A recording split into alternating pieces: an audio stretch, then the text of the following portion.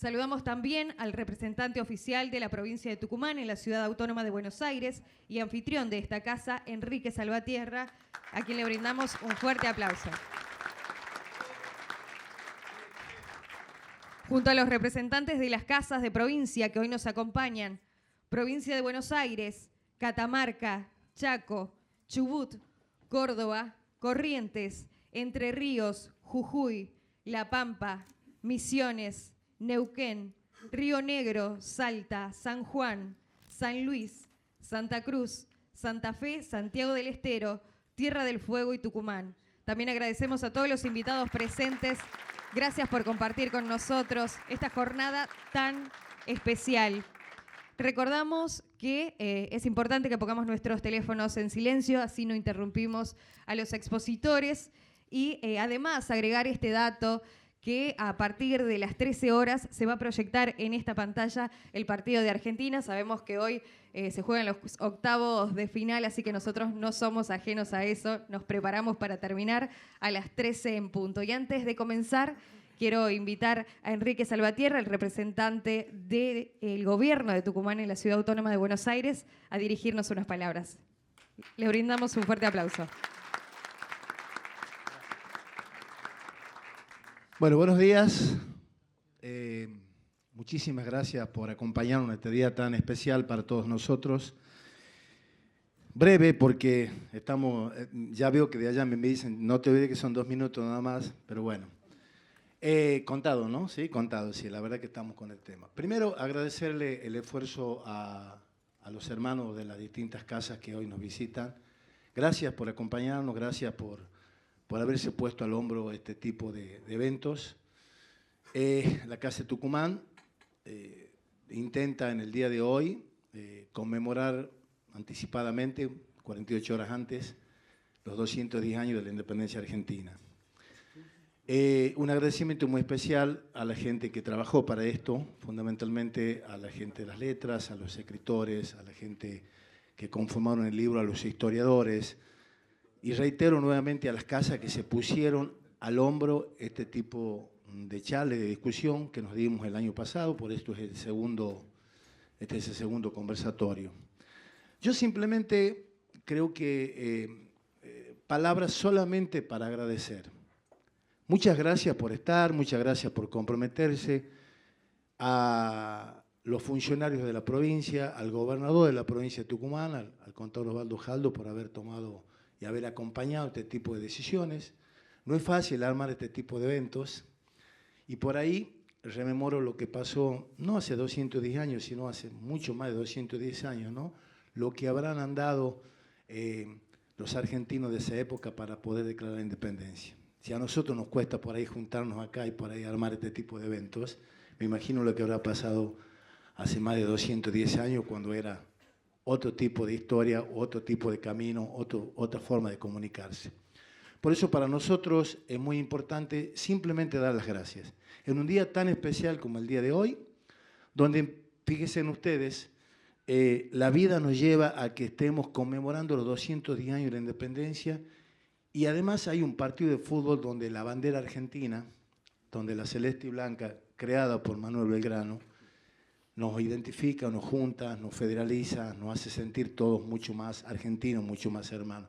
Con todas las dicotomías que seguramente lo van a plantear los historiadores, porque para eso están ustedes, nosotros simplemente vamos a escuchar, y ese va a ser el métier de ustedes, de lo que es la historia fundamentalmente, pero creo que nosotros un día como hoy tenemos que mirarlo de esta manera. Por eso la Casa de Tucumán se abre, y qué mejor que hacerlo como lo hacemos en nuestras casas. Cuando nosotros abrimos nuestra casa, generalmente entregamos lo más preciado que tenemos, que es nuestra familia. Entonces la Casa de Tucumán hoy se abre para todos ustedes. Quiero que se sientan en familia. Y la familia es lo que nosotros, en definitiva, es lo que llevamos bien alto. Es lo que representa nuestras costumbres, nuestra historia, nuestros afectos, nuestros cariños, lo más caro que tenemos. Por eso queremos que en el día de hoy, en la Casa de Tucumán, se sientan como en su casa y que sepan que nosotros entregamos esta casa y abrimos la casa con todo lo que significa, con toda la familia, con todo nuestro afecto, con todos nuestros cariños. Y en un día muy especial como el día de hoy, quiero agradecer puntualmente, más allá de todo el agradecimiento que di, fundamentalmente a los empleados de esta casa, que a las 12 del día se podían haber ido porque hay asueto a nivel nacional. En el caso de Tucumán le dio asueto el gobernador. Sin embargo, hay gente que está trabajando hace 3, 4 meses para que hoy estemos acá. Así que muchísimas gracias, gracias, gracias, gracias. Muchas gracias por estar. Viva Argentina, viva la independencia y que hoy sea un día memorable para todos. Muchas gracias.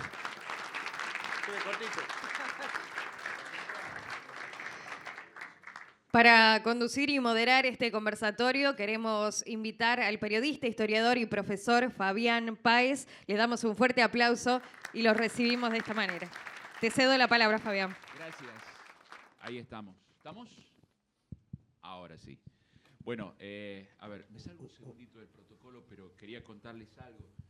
Esto comenzó hace 50 días aproximadamente, cuando nos convocaron a preparar esto que estamos viviendo hoy, que en realidad es el resultado de una jugada maestra, una jugada excepcional.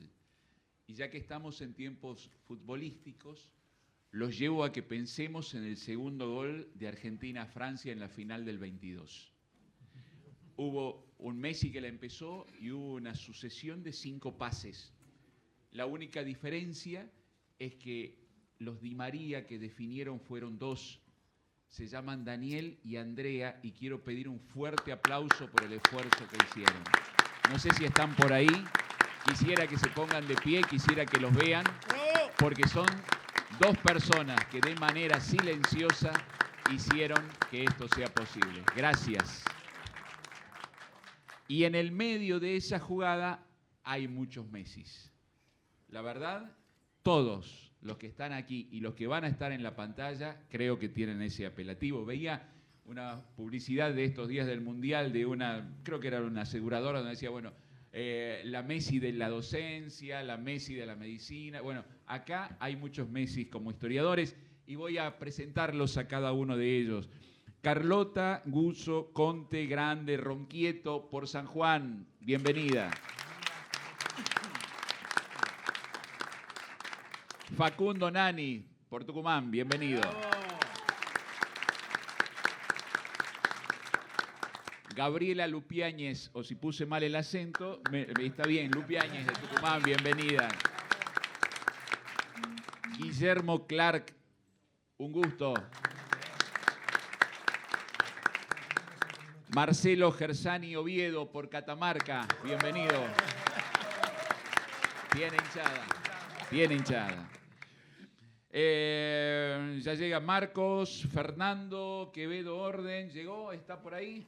Ah, Fernando, ¿dónde estás? Ah, estás atrás, saludanos, ahí estás. Perdón, estás de espalda. Bueno, Raúl, llegaste con lo justo, Raúl Furcade, San Luis.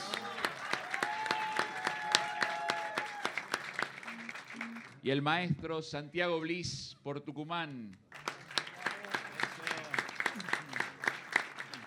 Ignacio Martínez por Rosario.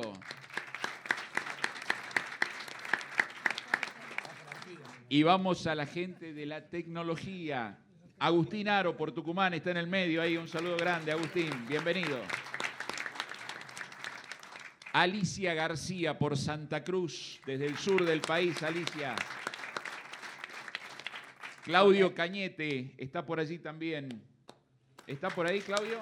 Hola, buen día. Ahí estamos, sí, Claudio. Buen día, gracias. Me falta Pablo Camoli. Pablo, bienvenido. Bueno, gracias a todos. Luis Cosio, perdón, Luis. Gracias. Buen día, ¿cómo están? ¿Cómo te va, Luis? Mil disculpas, mil disculpas. Este conversatorio no comienza ahora. Este es un trabajo impulsado por la Casa del Tucumán, aquí en Cava, que hoy nos alberga y que fue llevado adelante en tiempo récord. Comenzó en realidad hace varios meses con la elaboración del libro Argentina, una independencia en plural, una obra colectiva con prólogo de Daniel Balmaceda y la autoría de 13 historiadores de 8 provincias, la mayoría de las cuales están con nosotros. Los he nombrado a todos recién y los invito en este momento a los presentes a firmar el primer ejemplar de la edición del libro Argentina, una independencia en plural. Y hago entrega del primer ejemplar, firmado por sus autores luego, al representante oficial de la provincia de Tucumán en Buenos Aires para que sea atesorado en la biblioteca de la casa. Así que bueno, a ver, vamos a recibir entonces el primer ejemplar. Ah, lo tiene él, o sea, él nos lo da a nosotros nos lo firmamos. Y nos ponemos de pie para saludar a este, que es el libro que nos ha traído a este momento. Un fuerte aplauso por este libro.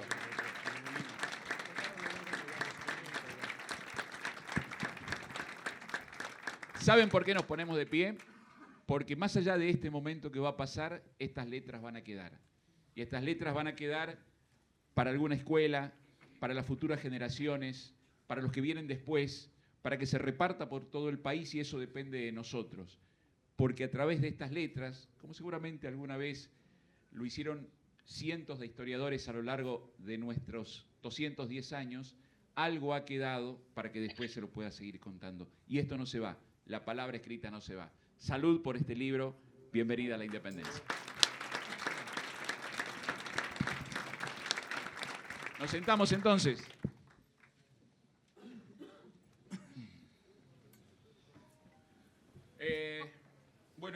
A este libro lo vamos a ir firmando y lo vamos a ir pasando mientras tanto porque los tiempos son bien cortitos.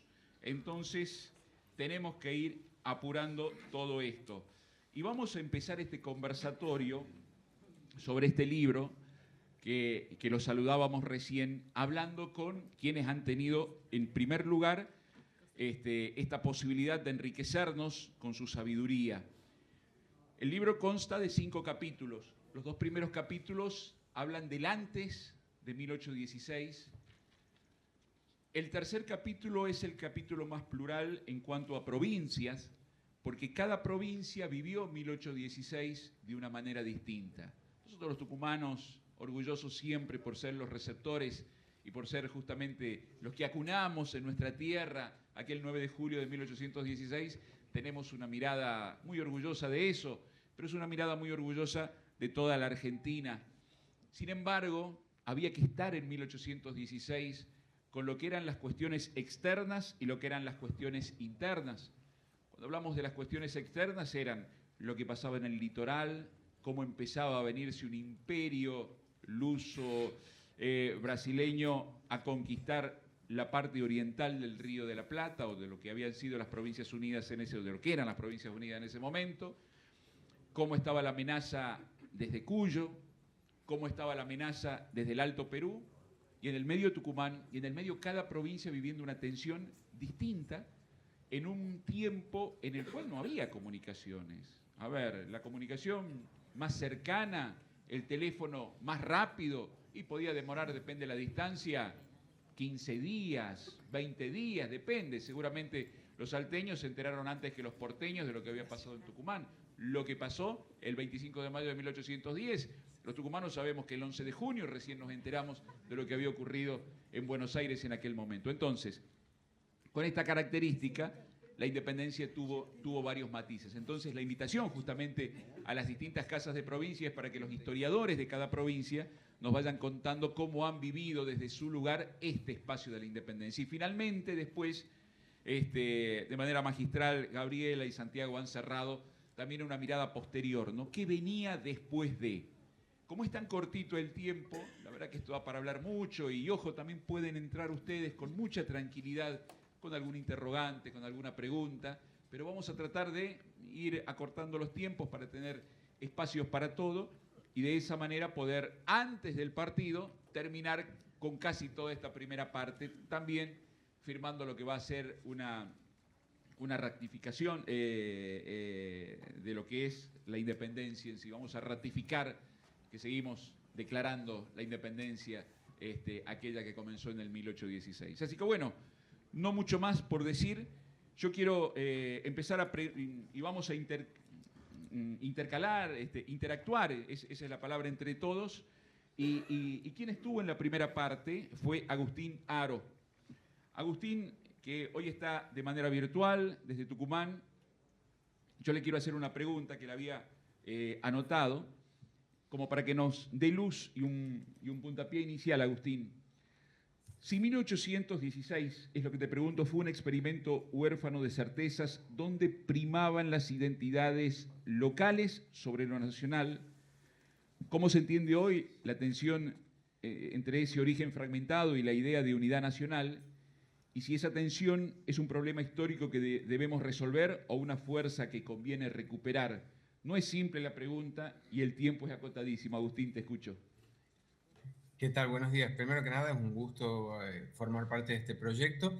Y sí, es una cuestión muy particular en que en el desarrollo de mi primera parte, del primer capítulo de este libro, he ido desandando y he ido desarrollando, ¿no? Justamente es todo este proceso para llegar y entender a 1816, es algo sumamente complejo, ¿no? Y fueron una serie de, podríamos decir, medidas, jugadas de ajedrez que fueron cambiando los estatus jurídicos dentro de este mundo revolucionario.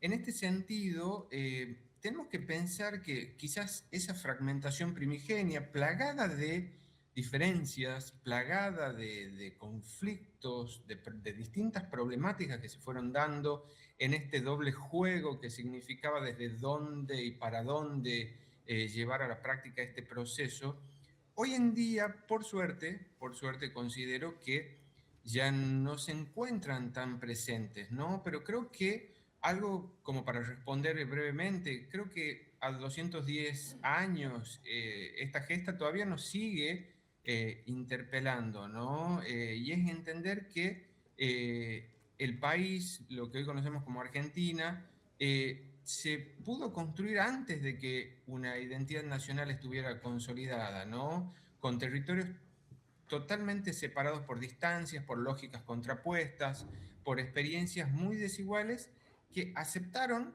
converger en un compromiso común. Y creo que ese aceptar y converger en un compromiso común, creo que tiene que seguir siendo el faro, ¿no?, que promueva el desarrollo de nuestra identidad nacional actual y de una unidad nacional actual, ¿no? Y que creo que muy bien también lo plantea Daniel Balmaceda en el prólogo, ¿no?, que es la diversidad de experiencias es lo que hace inteligible la idea del país, ¿no? Y también lo que refiere a esta experiencia, este libro como un todo, ¿no? Esta cuestión es que dentro de las diferencias siempre va a residir la mayor parte de la fuerza que pueda tener nuestro país. Perfecto. Estamos más o menos en el tiempo, por ahí van a ser cortitas las apreciaciones. Agustín justamente ha tenido esta primera parte y la responsabilidad de ir introduciendo en esta mirada de los pueblos. Pero Gabriela Lupiáñez, que está aquí al lado mío también, ha ido escribiendo, porque una cosa es hoy. Hoy somos 22 provincias, cada una delimitada con su territorio, pero había que remontarse a una patria que todavía no era patria, a un grupo de ciudades que todavía no eran, que se preguntaban qué eran en realidad, y que eran mucho más que lo que hoy conocemos del territorio argentino. Y la pregunta que quería hacerle a Gabriela es si este julio de 1816 fue un congreso de los pueblos. Hola. No sé si es mejor. Creo que no se te va a escuchar bien. No se va a escuchar. Es que uno es docente, entonces está acostumbrado a... Podés levantarte, podés llevarlo. Si querés, enseñanos.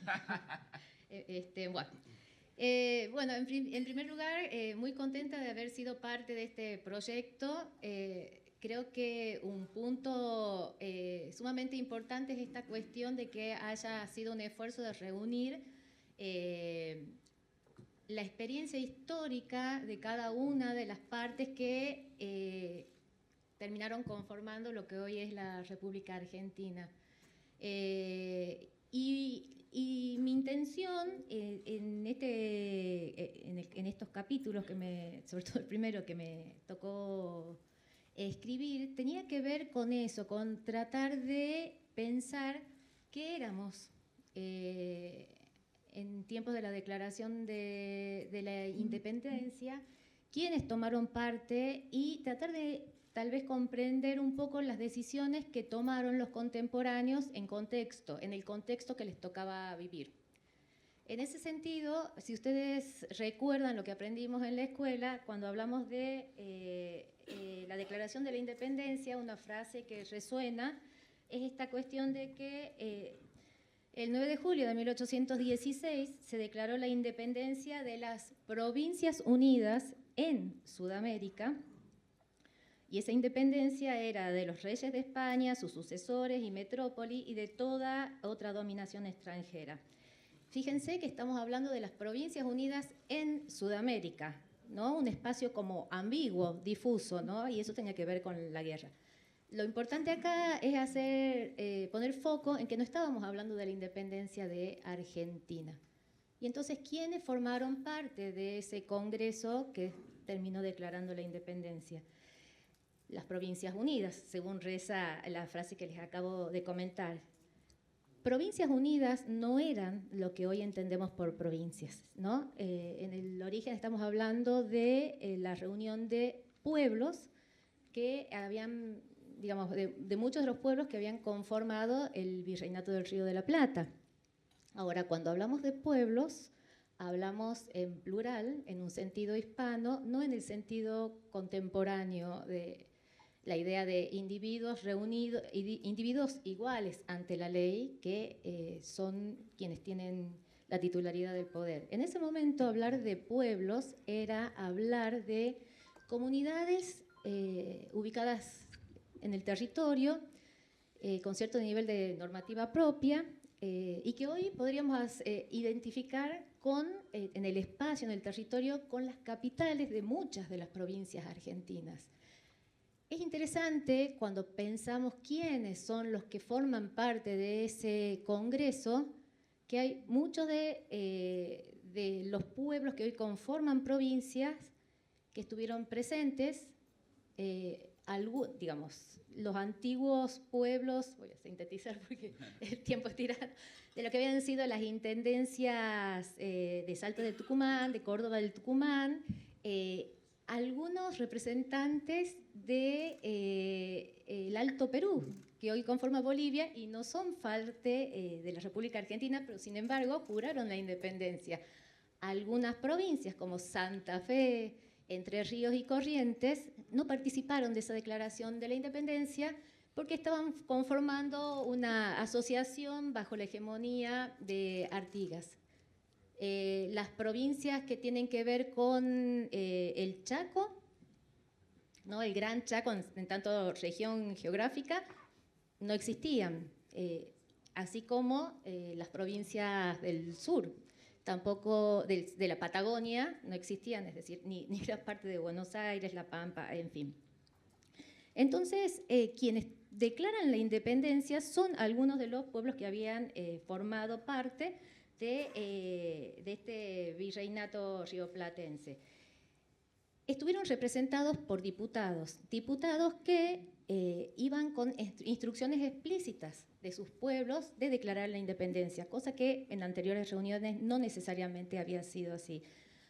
Diputados que habían sido elegidos según una nueva normativa por medio de elecciones populares, según se dice en la época, elecciones indirectas con un sufragio masculino bastante amplio para la época, ¿sí? Y además los diputados habían sido seleccionados de manera proporcional a la población. Estas son cuestiones novedosas, tremendamente novedosas para la época, en los que además participaron votando gente de la ciudad y gente del campo. Es interesante que uno hable de esta normativa que es novedosa, que, como sabemos, siempre pasa, no necesariamente se aplicó de esa manera. Porque en el caso de Tucumán, paradójicamente siendo sede del Congreso, resulta que se necesitaron como 4 elecciones y un reglamento hecho a medida para que pudiera designar finalmente a sus representantes. Bueno, vamos a tener que apurar nomás. ¿Por qué Tucumán? ¿Por qué elegir a Tucumán como sede del Congreso? Y esto tiene que ver mucho con el contexto. El contexto que tenemos hacia 1816 es un contexto en que los pueblos, que son los que están soportando la guerra, poniendo el dinero para la guerra, hombres, materiales, recursos, están exhaustos. Pero además, lo que en ese momento son las Provincias Unidas están atravesadas por conflictos y por tensiones. Pensemos que del lado del litoral, Artigas avanza tratando de construir una hegemonía opuesta al centralismo porteño. Desde el norte, Güemes defiende la frontera de los enemigos, pero resulta que está en pésimas relaciones con Rondó, líder del ejército del norte, y por lo tanto Buenos Aires desconfía de ellos. En realidad, en Tucumán lo que tenemos es a Bernabé Araoz, gobernador designado por el gobierno del directorio, que es el único que está manteniéndose firmemente leal al gobierno superior. Y esto tiene que ver entonces con la decisión de que sea Tucumán la sede de la independencia. Bueno, y apurándome, porque la última palabra... Mira, tenés la tarjeta lista. Y vos me decías que tenía poco tiempo.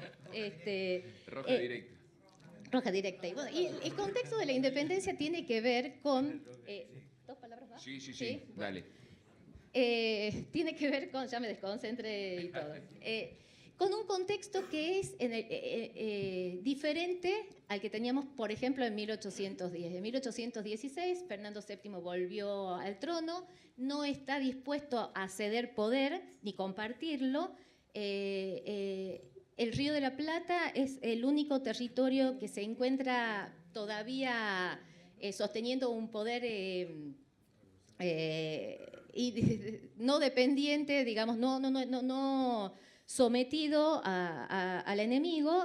Y tenemos a un San Martín que está preocupadísimo porque se declara la independencia, presiona, porque de esa manera se puede luchar en tanto nación independiente, sujeto al derecho internacional de la época y no como un insurgente, como una de las partes de una guerra civil. Lo que termina entonces sucediendo es que el Congreso de 1816 declara la independencia de estas Provincias Unidas en Sudamérica.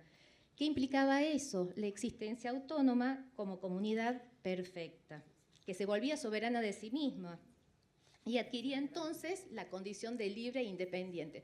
Pero significaba también que estos pueblos decidían asociarse para constituir una entidad superior a cada uno de esos pueblos. Y eso debía estar sancionado en una constitución. Constitución que sabemos que recién se logra en 1853. Lo que nos plantea un poco cuál es el camino que se abre de diferencias entre cada una de estas partes componentes. Por último, me interesaba señalar la diferencia que tenemos con 1810, que siempre causa confusión, ¿no? 1816, contexto internacional, Fernando VII, una revolución que en Sudamérica es acallada, y la decisión de asumir la soberanía. 1810, un gobierno que se configura de manera provisional en tanto y en cuanto el rey estuviera preso y no hubiera nadie de la dinastía real que pudiera reemplazarlo.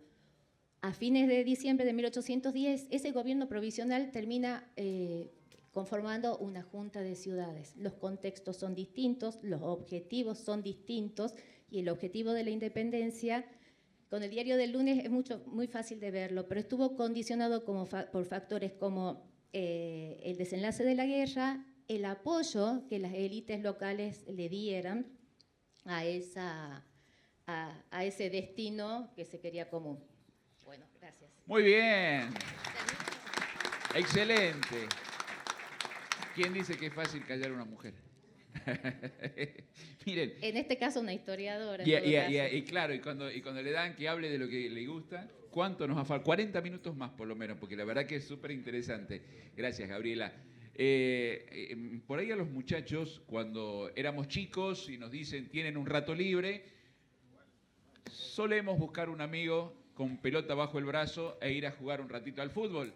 Caso distinto es de quién voy a presentar ahora, que cada rato que tiene libre, además de que trabaja mucho ahí, va siempre, porque tiene la suerte de haber sido tucumano y nacido en Tucumán, va siempre a la casa histórica. Hablo de Facundo Nani, que es un hombre que en vez de ir a jugar al fútbol en el barrio, va a la casa histórica y la conoce como pocos.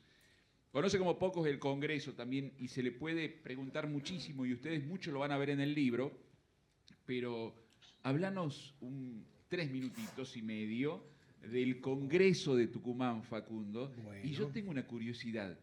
Cualquiera podría, a ver, voy pasando 1816, vamos pasando, caminando por lo que hoy es calle Congreso, que en aquel momento era calle del Rey, no me acuerdo cómo se llamaba esa calle. ¿Podríamos entrar al Congreso así por así, participar? Contanos un poquito eso. Es tuyo el tiempo, Facundo Bueno, Nani. muchas gracias. Es la presentación más rara que me han hecho en mi vida con el fútbol y todo. Bueno, un gusto estar aquí. Hemos llegado a tiempo. Las carretas están afuera esperando. Las sesiones eran ordinarias, extraordinarias y secretas. Tenían 3 caracteres. ¿Sí? Me acerco más al micrófono. Eran, repito, ordinarias, extraordinarias, cuando se salía de la norma del día, podían ser incluso nocturnas, interesantísimo eso, ¿no? Y secretas. A las secretas no podía asistir el público. Eso es interesantísimo y también es poco conocido, porque yo lo que veo, bueno, hay mucho por hablar, pero trato para respetar a los colegas, de hacer 3 minutos y medio. Hay una sobreconcentración histórica en el 9 de julio por razones obvias. O sea, de todas las sesiones nos tenemos que concentrar en el 9 de julio porque es la Declaración de Independencia, como dijeron mis colegas, y eso es evidente. Pero suele costar, incluso diría a algunos historiadores hasta cierto punto, mucho más a la memoria histórica, ubicar que era un soberano congreso que sesionó un año en Tucumán y después se traslada a Buenos Aires, como se ve en el libro, y Guillermo está justo en esa parte. Es decir, hubo, siguiendo el redactor del Congreso, que es un diario de sesiones y la principal fuente, por lo menos 239 sesiones y unas 60 secretas. Muchísimo. O sea, no es que se fueron de viaje para estar un día, que es un poco de cierta imagen escolar, pero a veces también historizada, ¿no? Entonces, claro, me dirán, hay que detenerse el 9 de julio, pero por razones obvias. Pero cuesta más ir hacia atrás, o sea, cuesta hasta cierto punto, y está hecho, por supuesto que está hecho por los colegas, ver qué pasó el 6 de julio en la sesión que está Belgrano, que es una sesión secreta, y un poco contestando lo que decía Fabián. Entonces, cuando es sesión secreta, se van todos, chicos, se van todos y se van todos. Y para eso están edecanes, porteros. Yo creo que también por ahí la historiografía le ha costado ubicar todo como el entorno del soberano congreso, y es como que la memoria ha ido a la foto de ese día. Eso creo que se puede subsanar de alguna manera. La memoria histórica actúa a veces como quiere y está bien, y es patriótica y está bien. Y también la memoria histórica elude el conflicto, que es algo que también decían quienes me precedieron en el uso de la palabra, Agustín, Gabriela. Elude el conflicto porque, bueno, nos gusta menos el conflicto. Es más fácil decir que todos estuvimos de acuerdo, que es correcto para ese día. Y chicos, sacando eso, lo puedo decir, basado en investigaciones propias y ajenas, pasado ese día, pasado julio y agosto, septiembre en particular, creo que después cuando sigan en la palabra, el Congreso se pone muy invivible. Eso está muy estudiado, incluso desde Mitre en adelante. Miren que solemos criticarlo mucho a Mitre, pero él hablaba de 3 grandes grupos. Así como ahora quizá estamos sobre representados los tucumanos, no se enojen, o sea, somos mayoría. En el Congreso, como saben, eran mayoría los diputados por Buenos Aires, esto es así. Y eso ya lo había visto Mitre cuando habla de los grupos en el Congreso. El grupo de Buenos Aires, al cual estaba adherido el grupo de Cuyo y San Luis. Lo tenemos acá, por suerte, a mi amigo. Así que Fourcade va a explicar seguro esa parte, porque el grupo de San Luis también es funcional de Buenos Aires, que bueno, son los líos de la época, ¿no? Y el grupo cordobés y a veces salteño antagónico, esta hipótesis está desde Mitre. Quiero decir, todo era un gran lío y después eso motiva el traslado. Y en ese lío se pusieron de acuerdo, ¿no? Una buena señal para la política, ¿no? Si es que se puede, a veces la política es acuerdo y negociaciones. Y volviendo a tu pregunta, el público tiene una participación, pero tampoco hay que exagerar el carácter democrático de la época, cuando por ahí democracia no es la palabra. La gente, lo que hoy diríamos la gente, el pueblo, incluso hombres y mujeres, porque aparecen las sesiones, pueden ir, y es lícito que vayan, porque generan una especie de pompa festiva para sesiones como la sesión donde se le elige a Pueyrredón, 3 de mayo, si no me equivoco. Sesión importante, de las más importantes después de la 9 de julio. O la del 9 de julio, donde dicen que la gente rebosaba en las calles. Aparece así el redactor, rebosaba en las calles del Congreso y en los patios. Y claro, pero después en otras sesiones viene Belgrano a decir, y voy a controlar el tiempo para ser correcto con mis colegas, viene Belgrano después de Europa. Estás perdido. No, no estoy perdido, no vengo bien porque me estoy fijando. Bueno. Tengo amarilla. Bien. Cuando viene Belgrano de Europa, que se había ido, se acuerdan, en misión con Rivadavia, y tiene esa frase hermosa, textual, antes se trataba de republicanizarlo, inventas un neologismo, no existe republicanizarlo. Habla mal, como siempre, Belgrano. No, hace todo bien. Dice, antes se trataba de republicanizarlo todo, pero claro, en el clima del Congreso de Viena se trata de monarquizarlo todo. Y cuando él dice eso, que todos los diputados deben haber estado viendo con asombro, y cuando dijo la monarquía incaica, ni les cuento, ahí no había nadie, no había ni gauchos, ni mujeres, ni hombres, nadie, no estaba nadie, estaba Belgrano, como está retratado en algún cuadro, y los congresales.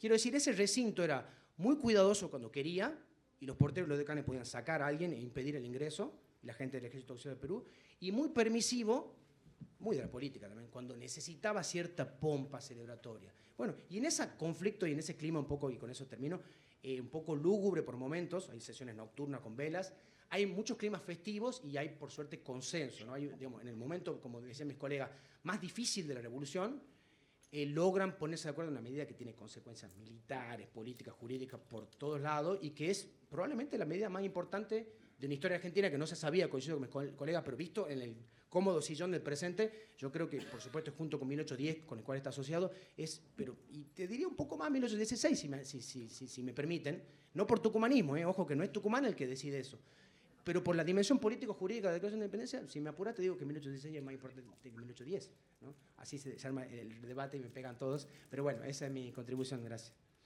Gracias, Facundo.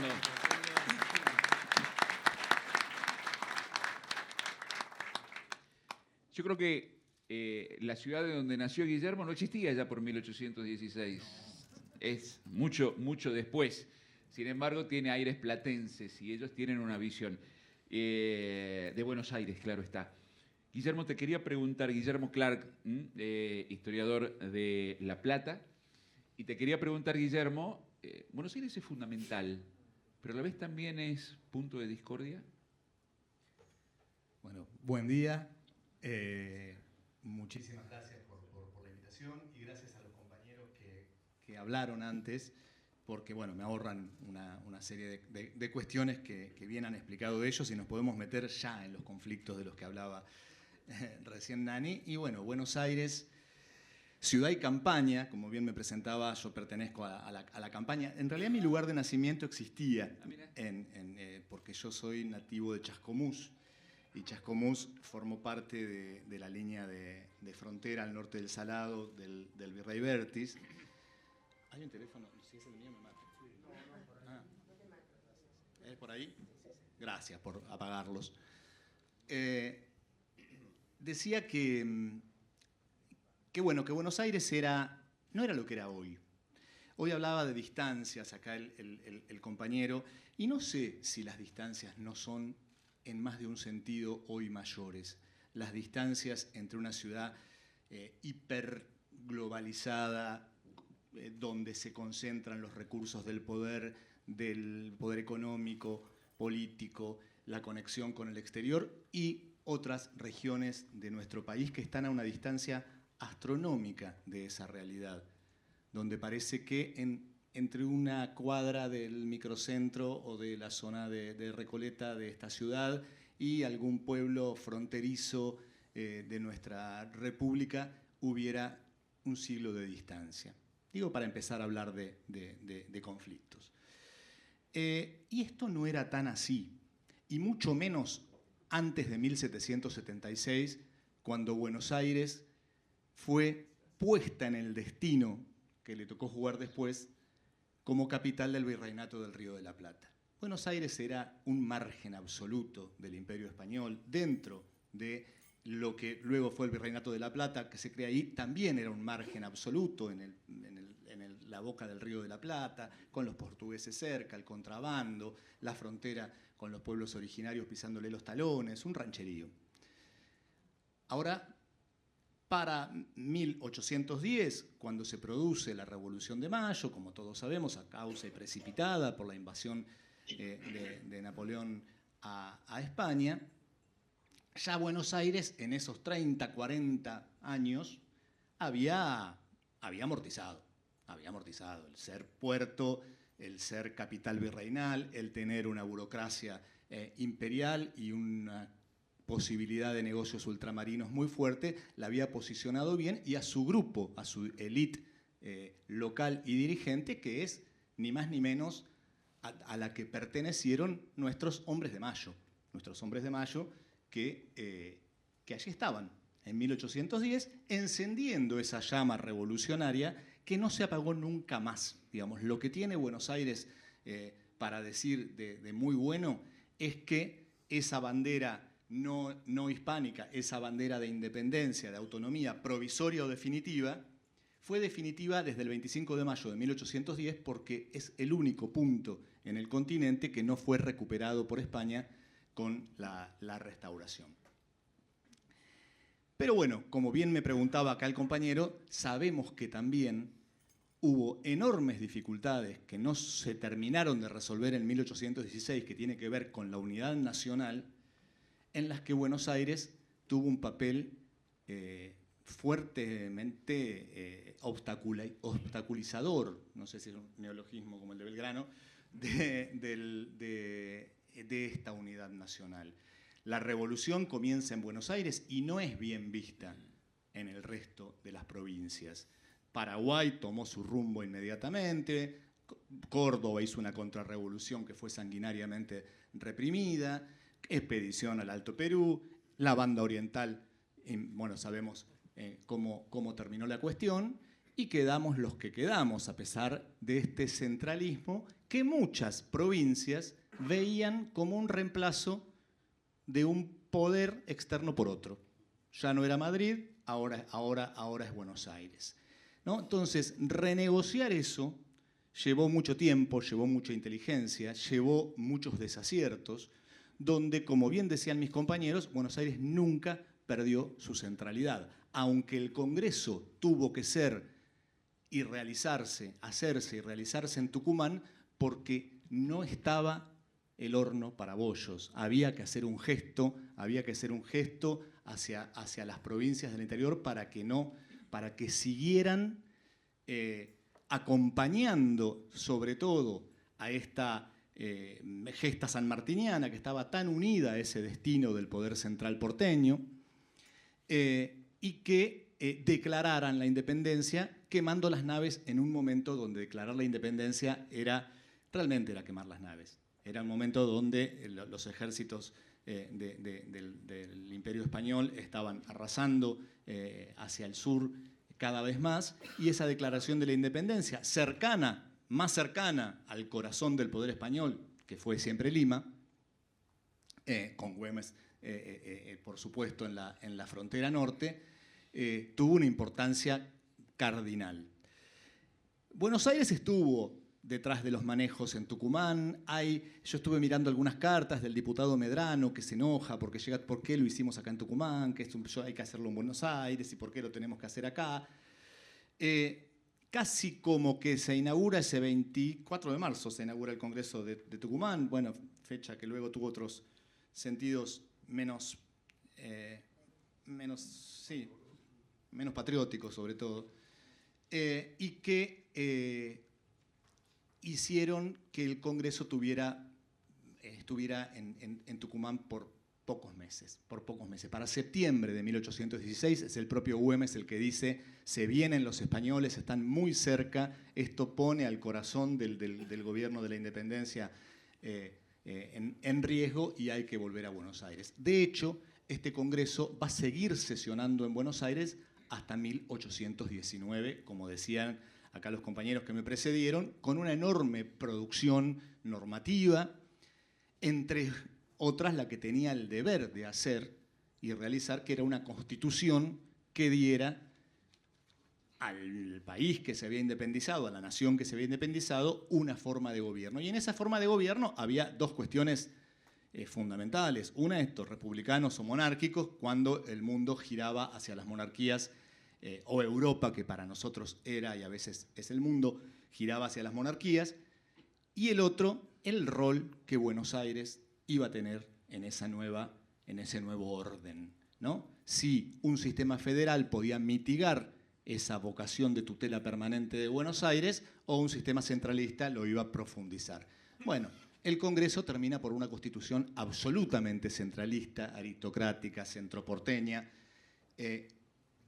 la Constitución de 1819, que lo que provoca como gesto de incomprensión, ¿no?, de quienes la llevan a cabo desde el Congreso de 19, de la realidad que el territorio de las provincias estaba viviendo, es su inmediato repudio, su rechazo y la invasión a Buenos Aires, ¿no?, la batalla de Cepeda, en la que las provincias de Entre Ríos y Santa Fe deciden terminar con este directorio que habían impulsado este grupo de la Logia Lautaro, San Martín, Alvear, este poder fuertemente centralizado. Para nosotros, como bonaerenses, es un momento también de nacimiento. Nuestra provincia nace como tal días después de esa batalla, cuando por primera vez nos separamos de ese cabildo de la ciudad de Buenos Aires y se eligen por primera vez autoridades que son para nuestra provincia, que no son autoridades para todo el país, autoridades nacionales, y se elige al gobernador Zarratea, la primera Junta de Representantes, la primera legislatura bonaerense, en la que nacemos como provincia, que cumplió su bicentenario en el año 2020, como otras tantas. Bien. Con lo que quisiera cerrar es por un deseo muy fuerte de que esta independencia, que el diputado por Buenos Aires Medrano el día 19 hace agregarle a la frase independientes de los violentos vínculos que nos unían con España, el diputado por Buenos Aires Medrano dice y de toda otra potencia extranjera. Y eso se agrega el día 19 de julio. Bueno, me quedo con esa del 19 de julio. Gracias.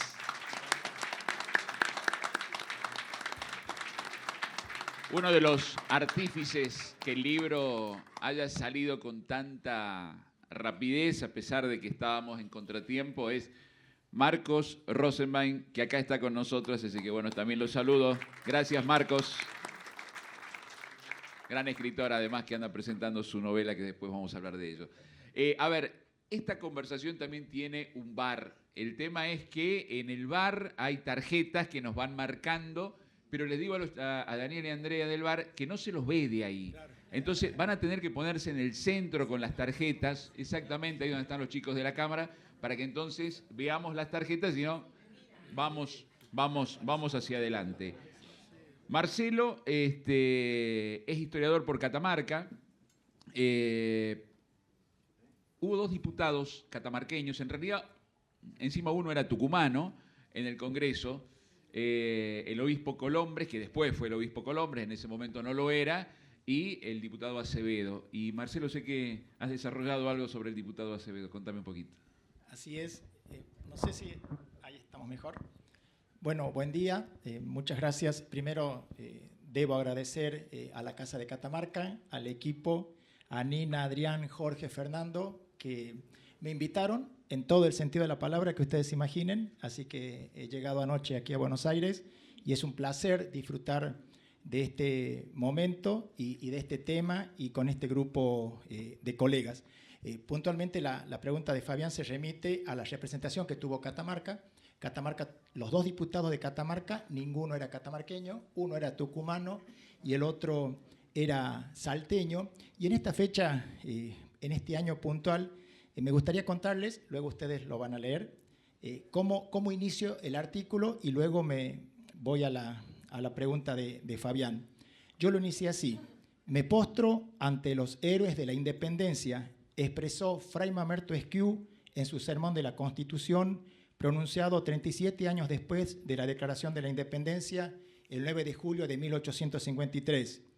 Y refiriéndose al tiempo de enfrentamientos bélicos transcurridos entre la independencia y la Constitución, exclamó: Dios mío, 37 años, como 37 siglos han sido, y destaca en ese documento el valor del acta de nuestros padres reunidos en Tucumán. Esto en homenaje a Esquiú, de quien en este año recordamos el bicentenario de su natalicio, y una forma de también vincular documentación posterior, dando cuenta de ese periodo de conflictos que existe entre revolución e independencia y avanzado el siglo XIX. En este capítulo me he centrado en dos temas interesantes, porque los tengo trabajado también. El proceso de elección de diputados al que se refirió Gabriela, ciudad, campaña para llegar a elegir a los diputados por Catamarca, y cómo el Cabildo de Catamarca recibe las noticias que llegan desde Tucumán en este proceso vinculado con la declaración de la independencia. Efectivamente, los dos diputados por Catamarca electos en el proceso de elección, Manuel Antonio Acevedo, salteño, y José Antonio Olmos de Aguilera, catamarqueño. Luego, José Antonio Olmos de Aguilera va a renunciar a esa representación, aduce motivos de salud, parecía que moría pronto, pero vivió mucho tiempo más, y él, Olmos de Aguilera, tenía facultades para elegir a su reemplazante, y elige a José Eusebio Colombres. Ambos, Acevedo y Colombres, eran párrocos en jurisdicciones eclesiásticas en territorio catamarqueño. Colombres era primo hermano de Bernabé Araoz, y entendemos que ese es un motivo importante a la hora de elegirlo. Y en el caso de Acevedo, a lo que va la pregunta de Fabián, yo miro el tiempo y las tarjetas, en el caso de Acevedo es un personaje muy interesante porque Manuel Antonio Acevedo representa a Catamarca y era muy cercano a Martín Miguel de Güemes y muy cercano a Manuel Belgrano. Responde políticamente, de hecho, hace poco ubico una carta de Acevedo a Güemes en la que le dice que había sido elegido diputado por Catamarca y le dice así: pero si usted desea puedo cambiar la representación y estar por Salta, ¿no? También pensando en la cuestión política y no solamente la de, digamos, pintar con colores lindos este proceso, ¿no? Eran situaciones políticas que se iban brindando. Luego, la llegada de Acevedo al Congreso, desde Catamarca lo miramos como significativo el hecho de que él le toca pronunciar el sermón en la apertura del Congreso el 24 de marzo de 1816. Ustedes saben que no han quedado registros de ese sermón. Hay otros sermones que sí, se conoce el texto. En este caso no, pero Nicolás Avellaneda, en su juventud, entrevista a Miguel del Corro, diputado por Córdoba, y dice que cuando le pregunta qué dijo Acevedo ese día, Corro, ya anciano, expresó: qué bien que nos habló Acevedo en esa jornada. Solamente esa referencia tenemos de ese sermón. Y luego, pensando en la elección de Acevedo, ¿por qué dos curas? Ambos eran sacerdotes, Acevedo y Colombres, ambos eran párrocos. Acevedo militaba políticamente en el bando de la familia Mota Botello en Catamarca. Los Mota Botello muy cercanos a Manuel Belgrano, y esa situación política lo catapulta como el diputado por Catamarca en ese momento. Ustedes saben que hay un dato interesante, yo lo presento siempre en la cátedra, en la facultad a mis alumnos. Hay cierta resistencia a Acevedo en primera instancia y se dice: aunque no es de esta patria, tiene valores y facultades para hacerlo, ¿no? Siempre pongo ese ejemplo para decir, bueno, Catamarca y Salta, patrias distintas, cuando a veces pensamos también en la patria grande y que era la patria que decía Fabián al principio. En ese momento había recelo entre Catamarca y Salta, marcando la diferencia y las jurisdicciones. Es un tema interesante para pensar, porque a veces teorizamos y hablamos de un territorio casi sin fronteras cuando hay elementos que marcan esas diferencias. Y puntualmente, y con esto ya voy a terminar, la actividad, la presencia de Acevedo en el Congreso, que se vincula con lo que Facundo planteaba con la sesión secreta de Belgrano. El 6 de julio, Belgrano en sesión secreta expone el proyecto de monarquía incaica, y el 12 de julio, en la sesión abierta del Congreso, Acevedo retoma el tema de la cuestión de la forma de gobierno en el Congreso y presenta el proyecto de monarquía incaica. Hay estudios minuciosos que plantean de que hay alguna diferencia entre lo que dijo Belgrano y lo que dijo Acevedo, porque quién iba a ser, de dónde iba a salir el Inca. Eso es un gran tema. A mí particularmente me interesa porque me interesan las cuestiones genealógicas. En ese momento dice Narciso Vinayán Carmona que había 3.200 candidatos a ocupar ese trono que había pensado Manuel Belgrano, lo cual ocasionaría un siglo más de conflicto a la hora de ocupar ese espacio de poder. Luego, el tema de la monarquía será tratado en otro momento, y cuando el Congreso se traslada a Buenos Aires, en septiembre del año 1817, Acevedo va a ocupar la presidencia del Congreso y va a ser detenido cuando el Congreso es interrumpido a inicios de 1820, y a partir de ahí, luego de un tiempo en prisión, regresa a Catamarca, donde en 1822 y 1823 va a tener una participación fundamental en el proceso de organización de la provincia de Catamarca. Luego de la declaración de la autonomía, Acevedo va a ser sino el autor del reglamento constitucional de 1823. Por lo tanto, es una figura que a lo largo de su biografía, cuando uno la reconstruye, no dije que había estado presente en la batalla de Tucumán, al lado de Manuel Belgrano, es decir, una faceta política religiosa interesante para tener en cuenta de uno de nuestros diputados. Muchísimas gracias. Gracias, Marcelo. A ver, como el VAR nos va señalando que estamos complicaditos de tiempo, les pido a los que vamos quedando que sí tratemos de ajustarnos un poquito porque faltamos muchos todavía, ¿eh? Bienvenido, Fernando. Buenos días a todos. Y qué lindo desde esta ciudad de Vera, la ciudad de San Juan de Vera, de las 7 Corrientes, llegar un poco a través de la Casa de Tucumán en Buenos Aires a todo nuestro país. Sé que tengo 3 minutos, los respeto y los valoro. Y los querré dividir primero en el agradecimiento que están perfectamente al comenzar este conversatorio has manifestado, el cual me sumo, y agrego un aplauso del corazón a tantos que han puesto silenciosamente para hacer el conversatorio y algo tan importante, el libro. Hoy aquí en Corrientes se inaugura la Feria del Libro y valoramos al libro como ese objeto cultural que hoy ya deja de ser de papel, pero volvamos al papel porque es lo que queda en el tiempo. Valorar y felicitar esto tan importante para nuestro país, que estemos todos representados y haciendo algo que a veces olvidamos, dialogar desde nuestras realidades y diferencias para construir el futuro.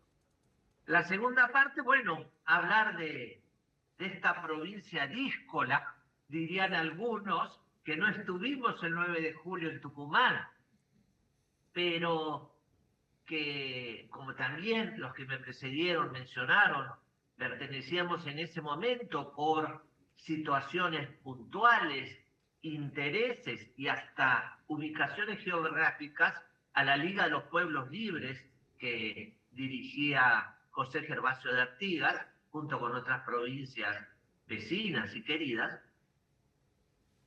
Pero quiero recalcar 3 puntos. La provincia de Corrientes desde el día 0 estuvo comprometida con la libertad. ¿Qué mejor ejemplo que Manuel Belgrano en Corrientes? Algo que ahora estamos redescubriendo y relanzando la historiografía nacional. Este año tendremos aquí el 4º Congreso Nacional e Internacional Belgraniano. Corrientes es una provincia que, como muchas de ustedes, pero pocas, tenemos el honor de haber tenido en nuestro suelo a los 2 padres de la patria.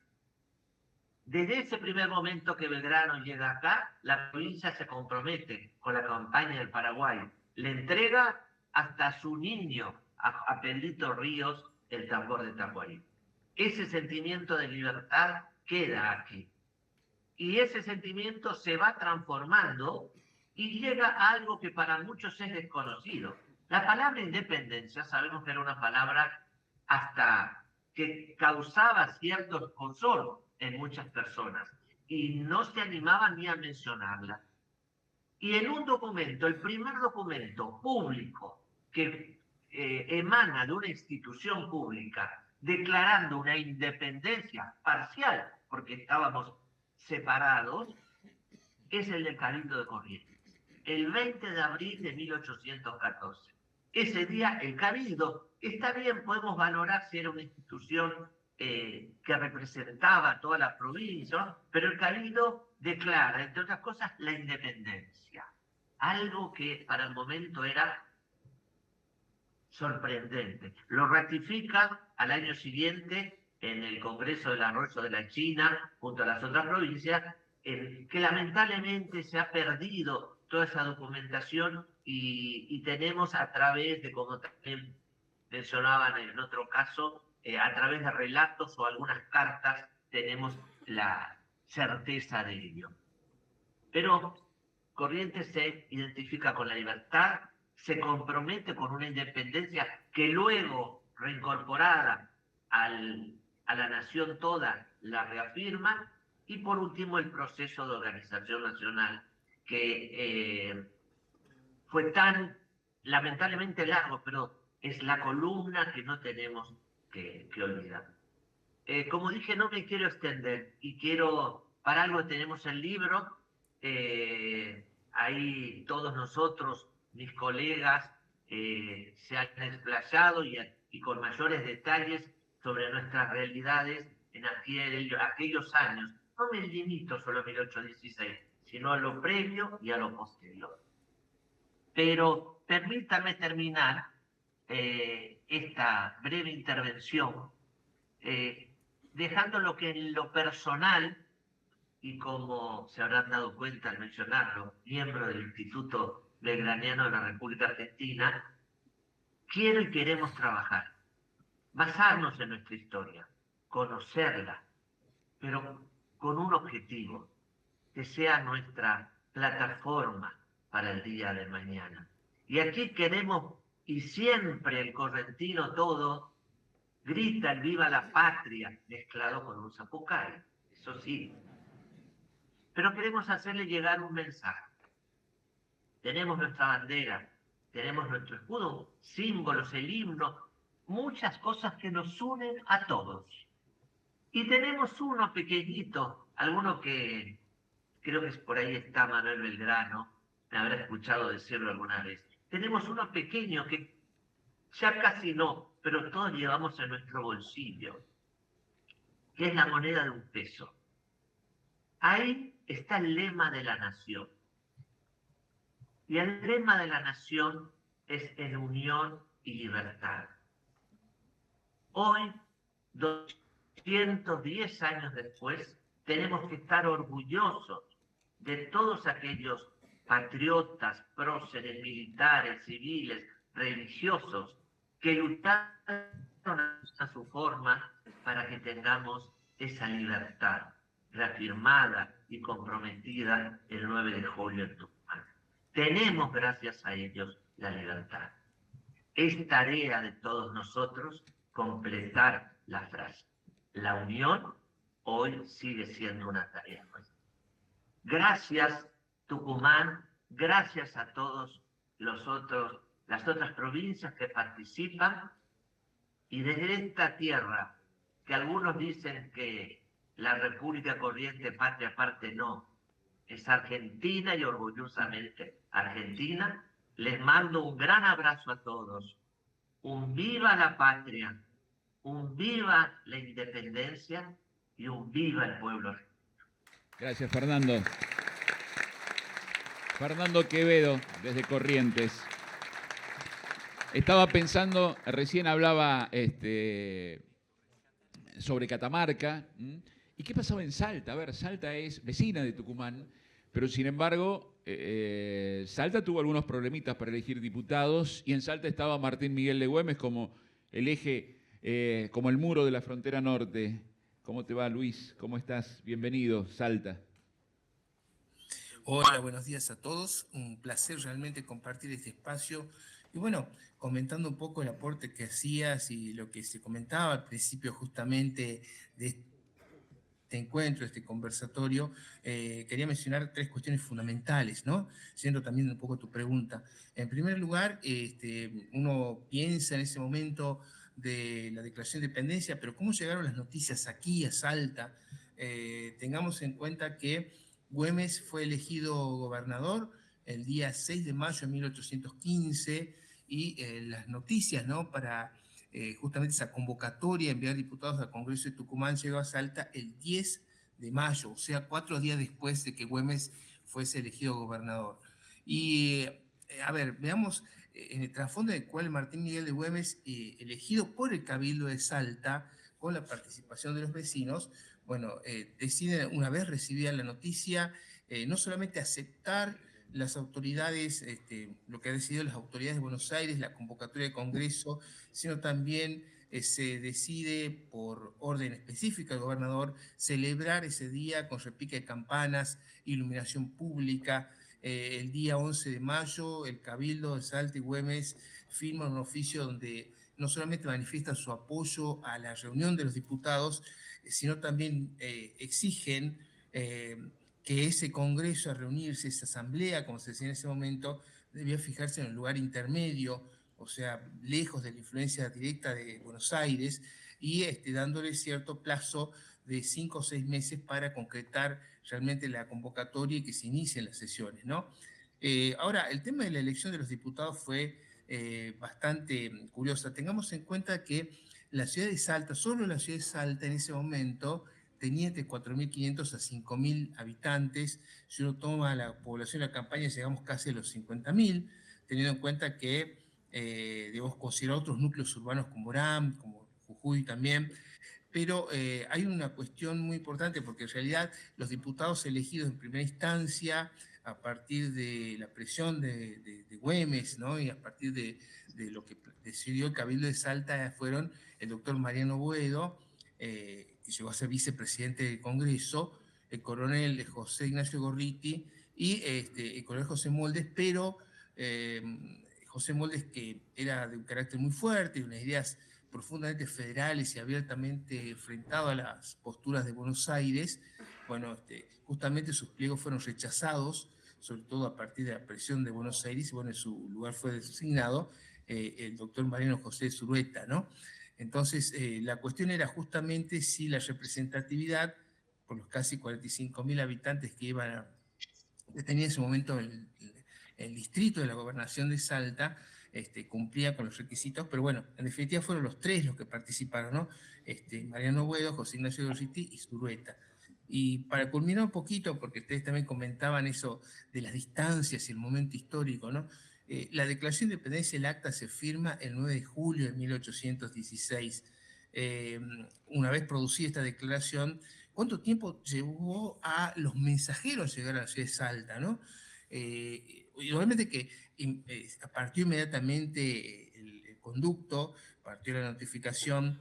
Se sabe que el 18 de julio, o sea, 9 días después de la Declaración de Independencia, las noticias llegan a la posta de los Horcones, cerca de lo que hoy en día es Rosario de la Frontera, y allí el suegro de Güemes, Dionisio Puch, recibe la novedad y despacha urgentemente a un mensajero, un gaucho, Valentín Chocobar, para que a toda velocidad, lo más rápido posible, llegase a la capital, cosa que sucede. La llegada de Chocobar a Salta se produce el 19 de julio, ¿no?, y entrega personalmente a Güemes y al Cabildo salteño, reunión de emergencia, esta noticia, ¿no?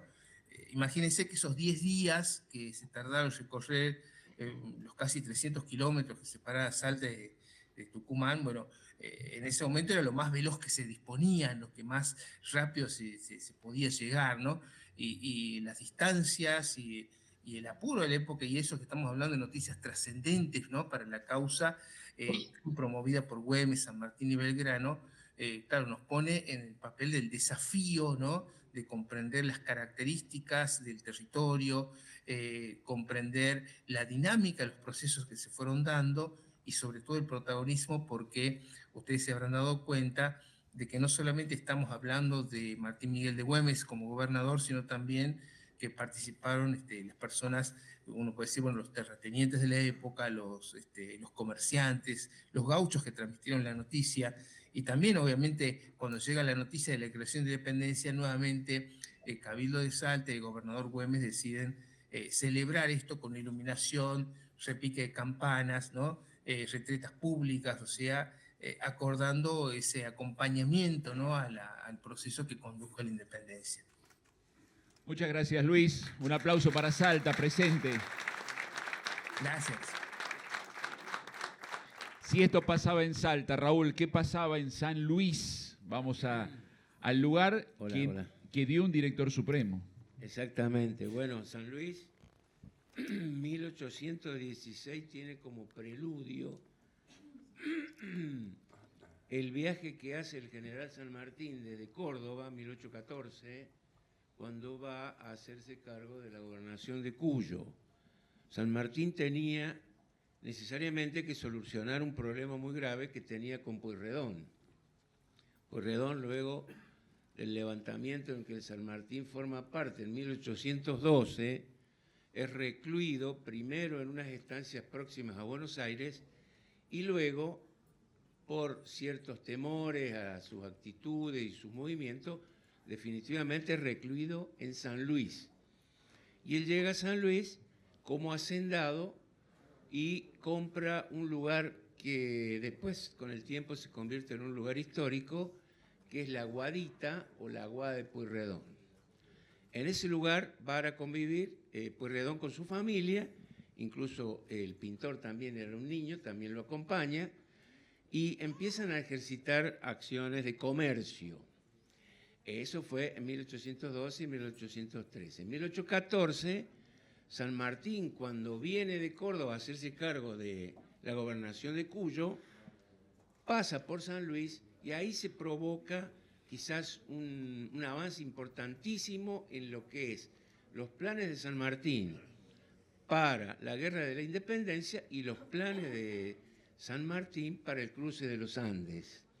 Entonces hay como una especie de cesión de amistad. Se dicen que estuvieron reunidos por casi todo el día, de donde surge que hubo un acercamiento, una renovada amistad, pero además hubo un compromiso de que la figura de Pueyrredón no iba a ser una figura cualquiera en el proceso de la independencia.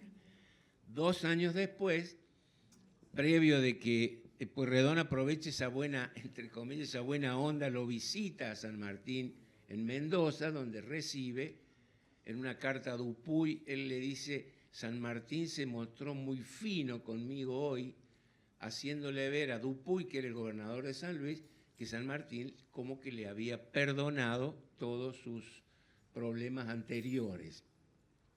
Luego, esa irrupción de los, entre comillas, lo que los historiadores locales denominan grupos porteños, va empezando a provocar ciertas reacciones locales.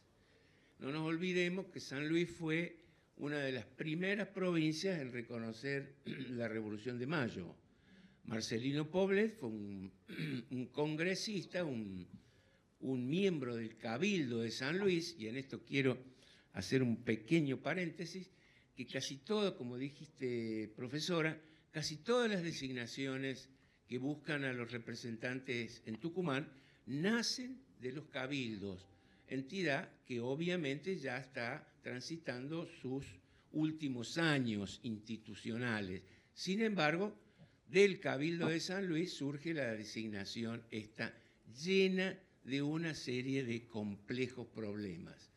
Cuando Dupuy le dice a la gente importante de San Luis, como decía la profesora, de la ciudad y del campo, vamos a tener que elegir a uno de estos porteños, hay resistencia, hay mucha resistencia, pese a lo cual un gran amigo de San Martín, Tomás Osorio, que fue el que le presta la casa para que San Martín se aloje en San Luis unos años después, cuando va a terminar la remonta del regimiento de granaderos a caballo, Tomás Osorio, es quien va, como dicen los historiadores, apalabrando a los diputados que tenían que elegirlo a Pueyrredón. Hubo un intento de elegir al hermano hasta que finalmente es designado Pueyrredón. La rosca. Sí. Estaban rosqueando ya ahí. Sí, obviamente que sí. Está totalmente señalado, descrito, contado. Bueno, vos lo has leído.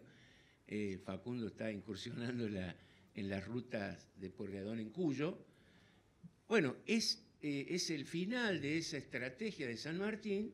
Por eso nosotros los puntanos decimos que hemos sido una provincia sanmartiniana desde el origen, porque respondimos a la Revolución de Mayo, respondimos al llamado de 1816, y de una manera u otra, por avatares políticos, por lo que sea, nuestro diputado fue elegido después director supremo de la Nación. Gracias, Raúl. Muchas gracias y los felicito a todos. Hermoso Gracias, encuentro. Raúl. ¿Sos de sufrir el fútbol, Raúl? ¿Sos de sufrirlo el fútbol? Sí, claro. ¿Alguien sufre el fútbol aquí cuando no se gana en los 90 minutos? A ver, levante la mano el que sufre el fútbol. Ganamos hoy, levante la mano, a ver. ¿Están despiertos? Bueno, vamos que Argentina ya está saliendo a la cancha, pero quien ya ha salido a la cancha no prestás por hacer el precalentamiento, pero la que ya está lista es Carlota, porque Carlota es de San Juan, es de la tierra de justamente donde vino ni más ni menos que el presidente del Congreso, Francisco Narciso Laprida, la tierra de Fray Justo Santa María de Oro, gente que tenía muchos estudios, mucha academia, de dónde venían. Bienvenida, un aplauso para ella.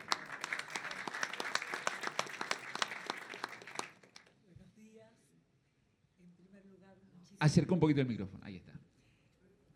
En primer lugar, muchas gracias a las autoridades de la Casa de la Provincia de Tucumán en Buenos Aires y muchas gracias a todos los presentes que el hecho de haber venido evidencia un interés por un tema que realmente no pierde vigencia. El trabajo de investigación es extenso, es muy difícil hacer este esfuerzo, primero de haberlo reducido a 3.000 palabras y ahora de reducirlo a 4 minutos. Pero por lo menos vamos a centrar las cosas más importantes. Francisco Narciso de Laprida y Fray Justo Santa María de Oro, juntos diputados por San Juan del Congreso de Tucumán, fueron elegidos como Tomás Godoy Cruz en Mendoza y Juan Agustín Maza y Pueyrredón en San Luis, para expresar el sentimiento y el pensamiento de los pueblos de la gobernación intendencia de Cuyo en ese espacio. Ambos pertenecían a familias muy representativas de la ciudad de San Juan. Incluso vivían en la misma calle, en lo que llamábamos en aquella época colonial calle del Cabildo. Los dos estudiaron en la Real Universidad de San Felipe de Chile, que fue una universidad que formó gran parte de la generación de la independencia, no solamente de Cuyo, sino de Córdoba hasta Paraguay, Buenos Aires, Santa Fe, etc. Fray Justo se recibió de doctor en teología, ¿no? Y le llamaban el cuyano. Y Francisco Narciso de Laprida, después de haber estudiado 5 años en Buenos Aires en el Real Colegio de San Carlos, estudió en Chile y se graduó como licenciado en cánones y leyes, pero después hizo la carrera de abogacía en la Real Academia Teórica Práctica de Jurisprudencia. Incluso se quedó todo el año 1810, o sea que él vivió la revolución como se la vivió en Chile a partir del 18 de septiembre. El tema es muy extenso. Hubo una convocatoria que hizo Ignacio Álvarez Toma, ya todos los compañeros que integramos estas mesas han hablado con mucha rigurosidad y exactitud sobre los distintos aspectos. La convocatoria se hace, también llegó a San Juan los primeros días de mayo, en pleno invierno. Inmediatamente el teniente José Ignacio de la Rosa le consulta a San Martín, y San Martín, que hay que marcar, San Martín estuvo presente en todas las etapas del Congreso. Insistió en que se apuraran a hacer la elección de los diputados, porque cuando De la Rosa le pregunta, le dice, sí, háganlo con eficacia, con rapidez, elijan el diputado. San Martín los insta que vayan a Tucumán, que no demoren, incluso a la Prida manda una carta especial. Y después, ¿qué hacen que no se reúnen, ¿no? La famosa carta que le escribe a Godoy Cruz, que era su interlocutor. Y otra frase que la voy a guardar para enseguida, que dice, bueno, tocó la suerte que a esa provincia fuera el presidente. Es convocado, se hace la elección un 13 de junio, que es el día de la fundación de San Juan, y entonces se elige por unanimidad total a Fray Justo, que estaba en San Juan, se había venido antes de la batalla de Rancagua, ya estaba en San Juan, ¿no? Y habían algunos conflictos, como han señalado algunos de los compañeros, ¿no? Pero en unión y unanimidad es elegido Fray Justo. Se le da un poder que es un ejemplo, está guardado acá en el Archivo Nacional, es un ejemplo donde se dice que su poder es irrevocable, ¿no? Salvo por el pueblo. Entonces se elige a Fray Justo, que le correspondía a San Juan un solo diputado. Eso también lo han tratado acá los compañeros. Pero resulta que en septiembre, el 12 de septiembre, se convoca a la elección de un nuevo diputado. En razón a los 22.000 habitantes que tenía la provincia. La provincia no tenía 22.000 habitantes. En un censo del año 12 tenía 12.984 y por más que hubiera crecido al 1.2%, no las tenía. Pero evidentemente San Martín quería reforzar la delegación de Cuyo con alguien que se iba a jugar completamente por su programa, que es ya me están sacando la tarjeta roja. Bueno, rápidamente, ellos finalmente, a pesar de que la Prida pone obstáculos de tipo legales, de que no han votado los arrabales, que no han votado las zonas del interior, es elegido, los dos se trasladan, pero en distintos momentos. Primero se trasladó Fray Justo, va a Mendoza junto con Tomayo Godoy Cruz y son los primeros. Fray Justo es el primero en ser elegido en todo el país y el primero con Godoy Cruz en llegar a Tucumán. Son los primeros. La Prida hubo que empujarlo un poco porque era ministro de Hacienda del gobernador, entonces, pero llegan. Todos llegan a tiempo y el 24 de marzo se reúnen los 2/3 y se inaugura el Congreso, ¿no? No podemos decir todos los que estaban, todas las provincias, pero ya se ha dicho acá el tema de cuáles fueron las provincias que pudieron estar. Y hay un primer momento desde el 24 de marzo al 30 de junio donde se sancionan cosas muy importantes como la nota de materias, ¿no? Que es un programa de gobierno. Bueno, y es elegido Francisco Narciso de la Prida como presidente del Congreso de Tucumán para el mes de julio, y algo que yo como sanjuanina siempre dejo claro, que no fue por casualidad que fue elegido la Prida. Hubo un sorteo que había estado establecido que cada mes era una provincia distinta, pero sus propios compañeros de la misma provincia son los que lo eligen a él por sus antecedentes. Tenía solo 30 años la Prida, con una gran formación tenían los 5, ¿no? Aunque Pueyrredón la tuvo en la Academia de París, ¿no? No fue a a Chile.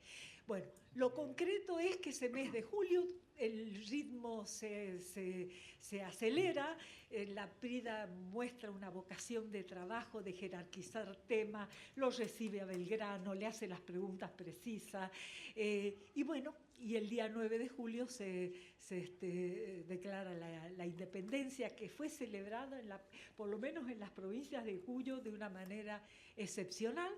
Y después, Fray Justo se discute el 12 de julio, empieza a discutirse la forma de gobierno y había una gran influencia de Belgrano, pero bueno, tuvimos la suerte que Fray Justo, por su propia formación dominicana, no solamente republicana, es el que dice, este tema de la forma de gobierno hay que consultarlo con las provincias, ¿no?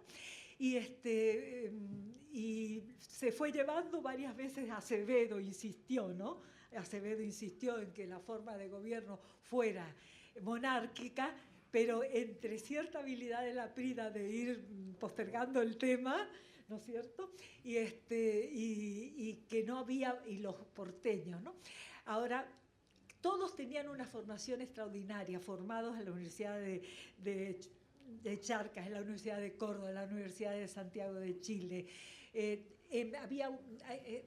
Está estudiado, ¿no? Todo el tema de las edades, eran muchos muy jóvenes, otros mayores, ¿no? Y como señaló uno de nuestros compañeros, habían grupos políticos. Estaban los porteños con tendencia centralista, los cordobeses federales, los del norte que se ubicaban de acuerdo a las situaciones, y los de Cuyo que hacían alianza con los porteños. Tal fuera así que, bueno, se fue postergando y quedó para más adelante la forma de gobierno, que por supuesto quedó para más adelante, y dejemos ahí el Congreso del 24-27. Pero quiero leer una última frase. Quiero leer, ¿cómo? Sí, dale, sí, dale. ya me van a sacar dos coloradas. Quiero decir algo que es importante. El general José de San Martín dijo en 1816, al fin estaba reservado a un diputado de Cuyo ser el presidente del Congreso que declaró la independencia. Yo doy a su provincia 1000 parabienes de tal incidencia. Gracias, Carlota. Miren, vamos a resumir un poquito.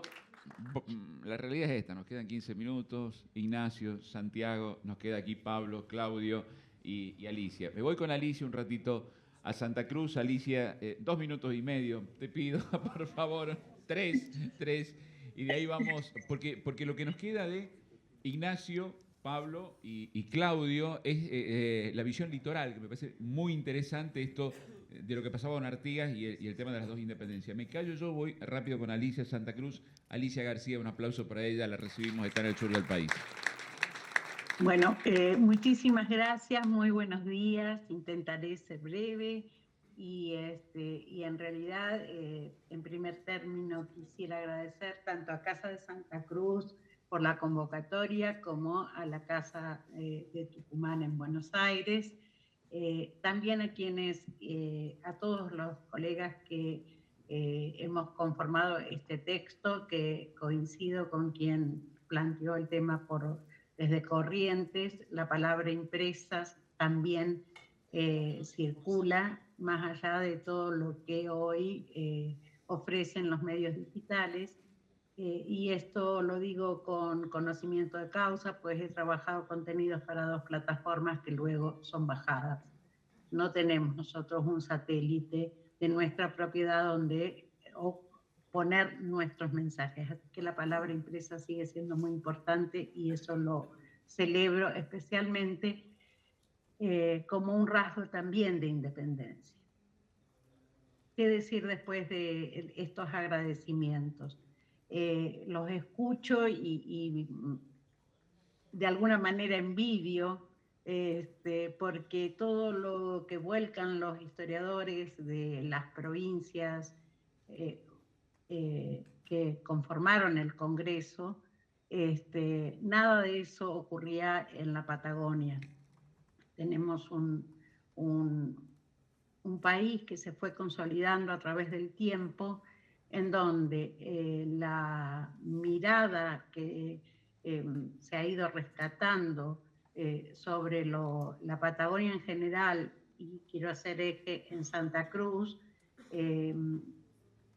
nos remite a las fuentes coloniales, al registro de los viajeros, y una incorporación reciente al Estado Nacional. Yo en el artículo arranco con el poblamiento milenario de la Patagonia porque, en definitiva, la palabra desierto, campaña del desierto, marcó a las generaciones en su formación. Y si algo no había en la Patagonia era un desierto humano. La Patagonia estaba habitada desde épocas milenarias. De hecho, el poblamiento de Tierra del Fuego se hace también hace miles de años. Yo agradezco que esté y lamento que no hayan participado historiadores de otras provincias de la Patagonia, pero el poblamiento de Tierra del Fuego también nos habla de un paso desde el continente hacia la isla que llega muy tempranamente. Hoy estamos viendo que se registra poblamiento desde hace 11.000 años.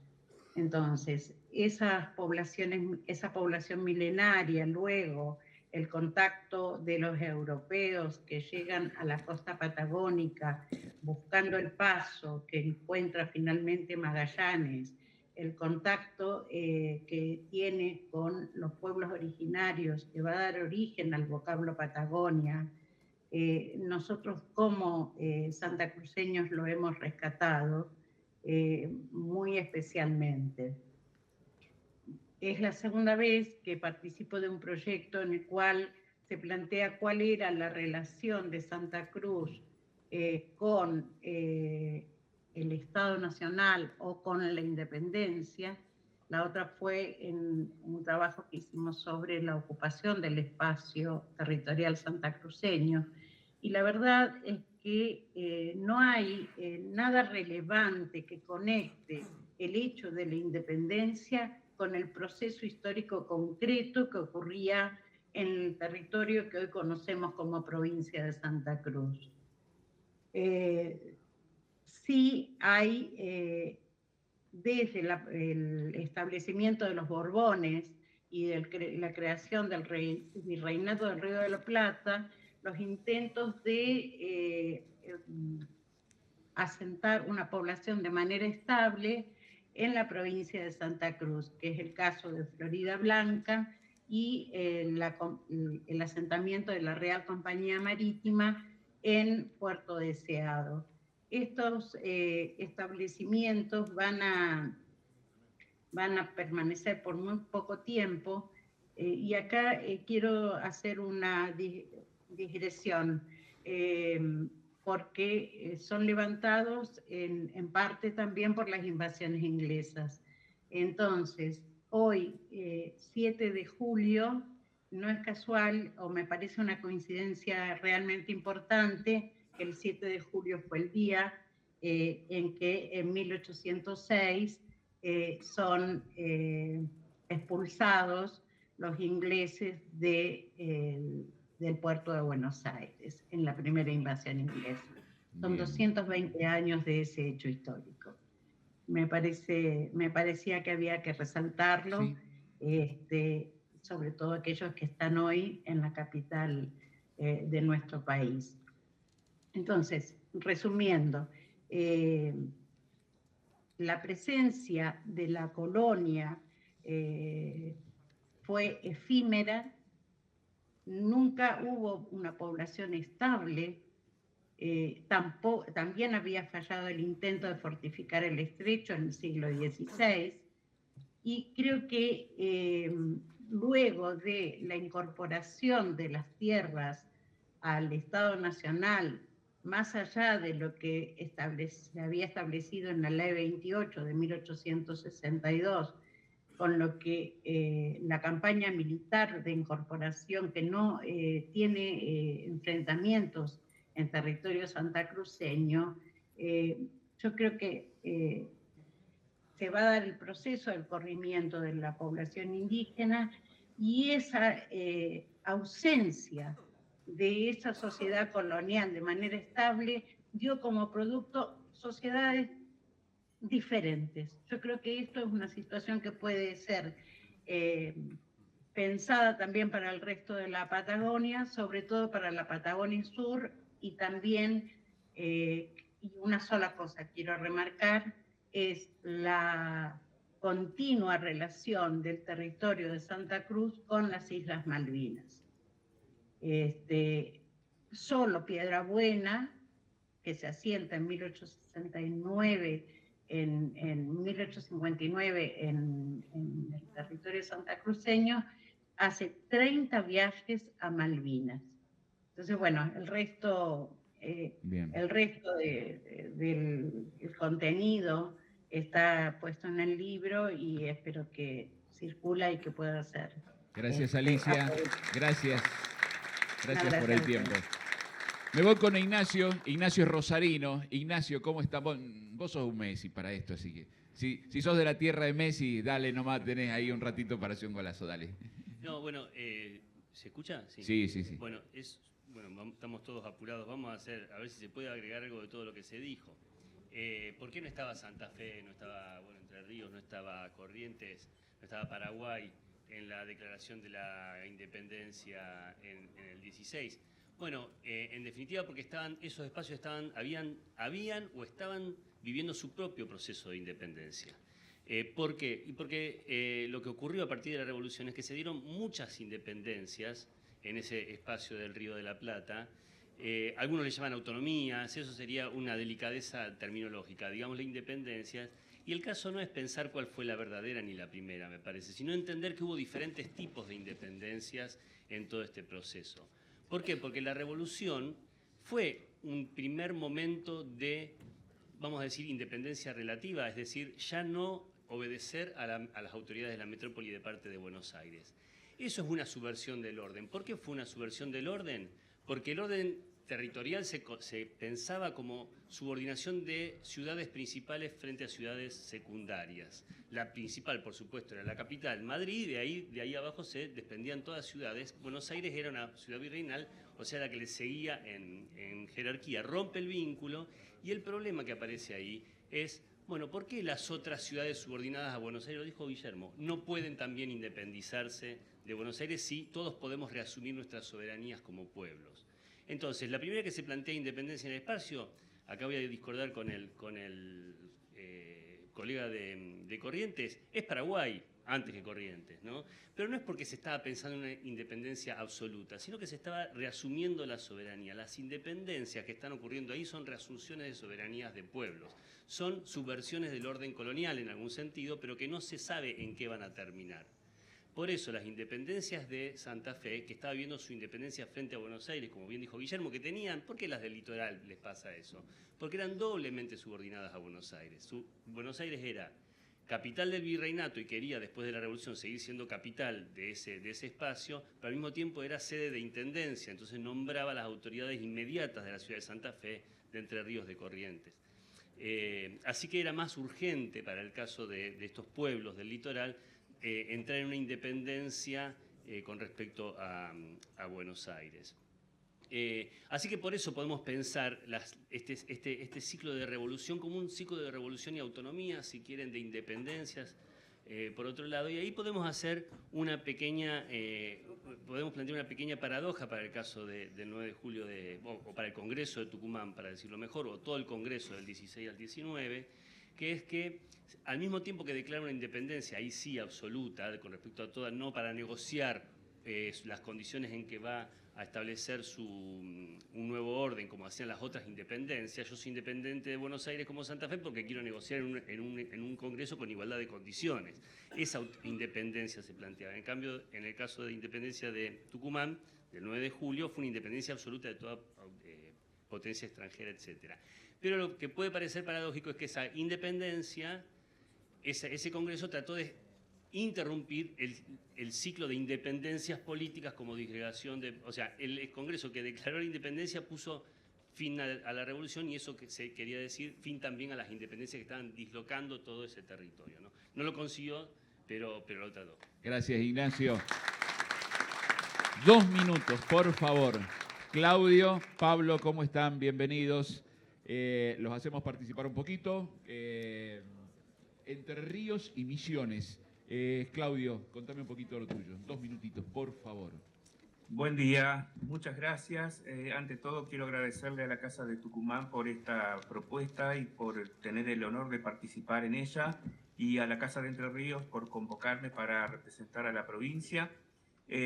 Nuestro ámbito es específico, es de la historia, pero es poco frecuente si reflexionamos de que estemos todos reunidos hablando de algo muy apasionante, que es comentar y hablar de San Martín de Belgrano, de La Prida, en mi caso de la provincia de Ramírez, de Artigas, de Güemes, todos como contemporáneos de una época, ¿no?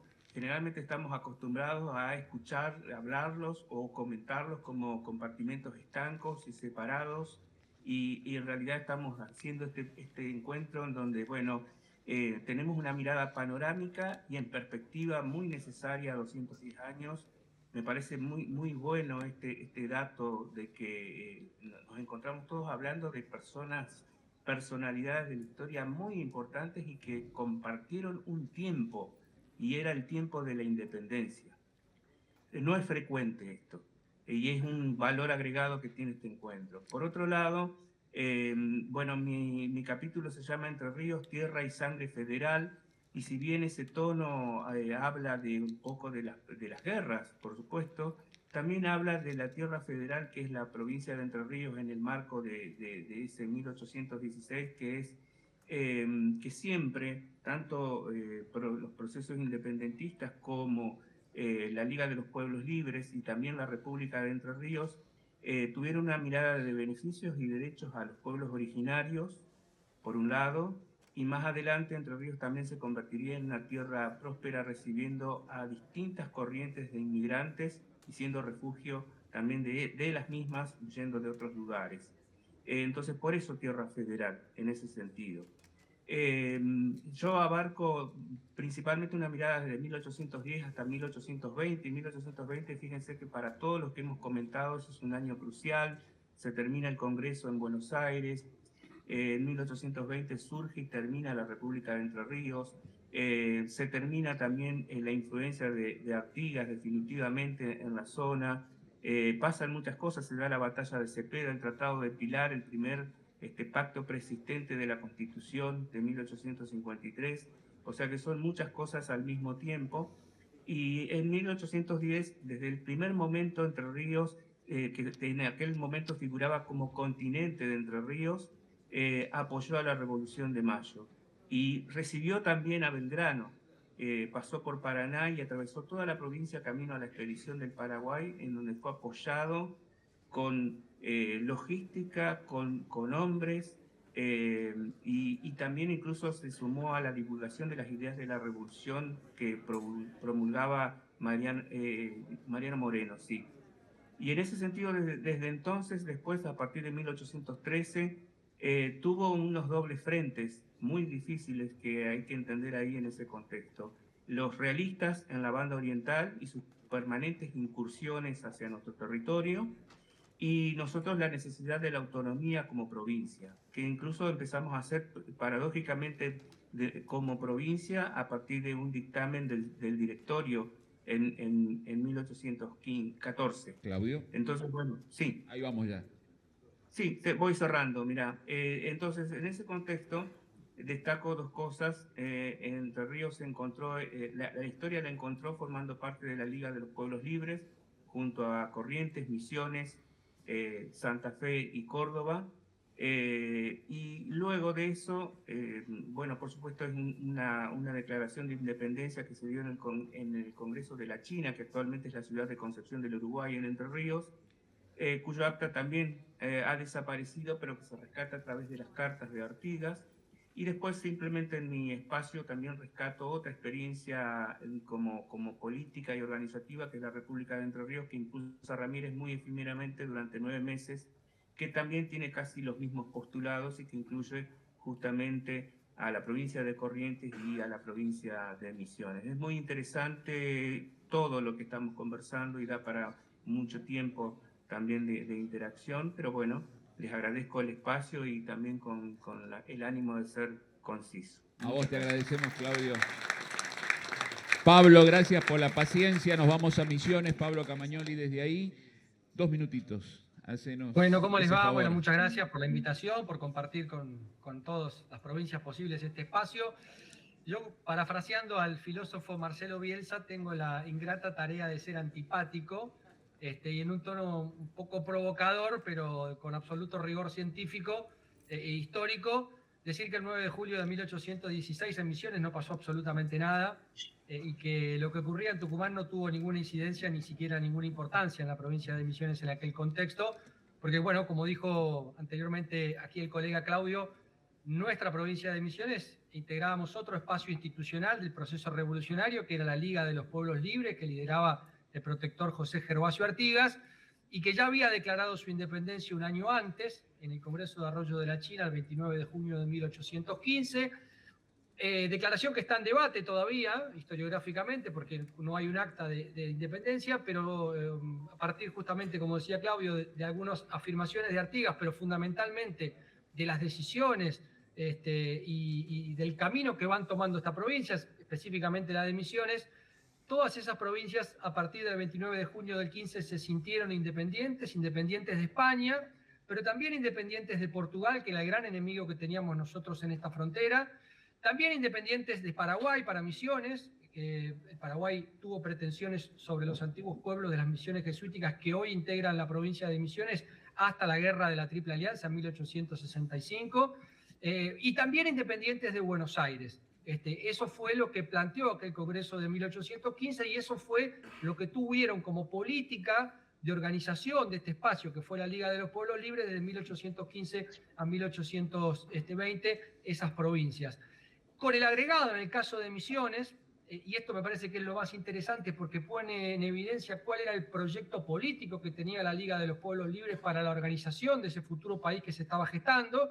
Por un lado, la organización federal, que era crucial y central, pero por otro lado, la ampliación de la base social y la transformación del orden social vigente con la incorporación real, efectiva, plena y absoluta de los pueblos originarios en igualdad de condiciones al resto de los habitantes del territorio, porque en la provincia de Misiones la población mayoritaria eran los guaraníes, y un guaraní, nuestro prócer provincial, Andrés Guacurarí Artigas, era el gobernador de la provincia en igualdad de condiciones al resto de los gobernadores, Estanislao López en Santa Fe, Pancho Ramírez en Entre Ríos, por citar quizás a los dos más conocidos que había en la época. Entonces, la Liga de los Pueblos Libres no solo plantea la independencia, plantea una organización política que es el orden federal, que vamos a demorar varias décadas en consolidarlo en la Argentina, pero además plantea que la revolución vino para transformar el orden social vigente y que no alcanza con cambiar de bandera o cambiar de patrones, sino que el objetivo es justamente avanzar en esa igualdad real, incorporando, por ejemplo, a los pueblos originarios en esta igualdad de condiciones. En ese sentido, me parece que celebrar el 9 de julio, el 29 de junio, celebrar nuestra independencia hoy como argentinos tiene que ver con recuperar esas banderas de pensarnos todos iguales, de pensarnos todos libres, de pensarnos como un país diverso que tiene que integrarse en unión, en libertad y en igualdad. Muchas gracias a todos. Gracias, Pablo. Mire, acabo de leer que se retrasa 3 minutos el partido. Santiago, tenés 3 minutos en este... Aprovechemos estos 3 minutos, entonces, dame algunos tips. Que hable de la formación de Argentina. Bien, vamos rápidamente. Para entender todas las transformaciones que se dan a partir de 1816 y mirando la Argentina de fines del siglo XIX, hay 4 grandes líneas que hay que tener en cuenta. muy rápidamente. La primera es cómo cambia el concepto de la representación política, cómo se pasa de ese viejo vecino colonial que era el que integraba los cabildos, cómo esa figura de vecino fue deslizándose hacia la de un ciudadano, entendido como un hombre independiente, autónomo, libre, que termina siendo depositario de la soberanía. Eso abre es una transformación que se inicia con todos los procesos electorales a partir de 1810 y que marca una de las líneas que hay que entender. La segunda tiene que ver con los sujetos políticos que eran las viejas ciudades coloniales, que es lo que todos los que me han antecedido han estado explicándolo. Esas ciudades se transforman, incorporan a la campaña, incorporan a sus territorios y terminan integrándose como provincias. Y en ese proceso, ese viejo cabildo va a terminar en líneas generales transformándose en las salas de representantes que van a dar lugar ya a una participación de toda la población, no solamente la de las ciudades, sino del conjunto del territorio, y estas entidades políticas van a tener una participación muy intensa a través de pactos, desde 1816 hasta que se acuerdan la Organización Nacional en 1853. La tercera tiene que ver con los cambios en la integración de un nuevo esquema económico que va a tener que ver con el apogeo, digamos, y el auge de la economía atlántica y la preeminencia que va a adquirir Buenos Aires con su puerto a lo largo del siglo XIX, y que esto va a generar un espacio económico nuevo donde ya se va a perder ese eje que estaba en el norte de la última época colonial, de las minas de Potosí, etcétera, y esto va a dar lugar a una integración económica de Argentina en la economía mundial que va a acentuar muchas de las asimetrías que estamos viviendo hasta el día de hoy.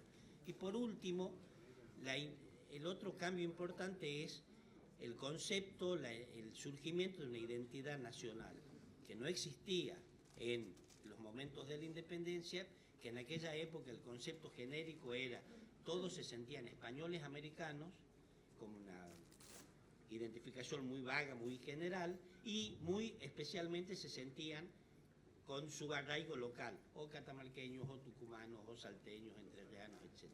A lo largo de este siglo, de este siglo XIX, y a partir de los procesos de independencia, de las guerras de independencia y de la construcción de esas nuevas formas de Estado, esta identidad se va a forjar, una nueva identidad nacional, y vamos a terminar siendo todos argentinos. Para terminar, leo un pequeño fragmento de un hermoso poema de Borges, que escribe en 1966 sobre la patria, que dice así: nadie es la patria, pero todos debemos ser dignos del antiguo juramento que prestaron aquellos caballeros de ser lo que ignoraban, argentinos, de ser lo que serían por el hecho de haber jurado en esa vieja casa. Muchas gracias. Gracias, Santiago.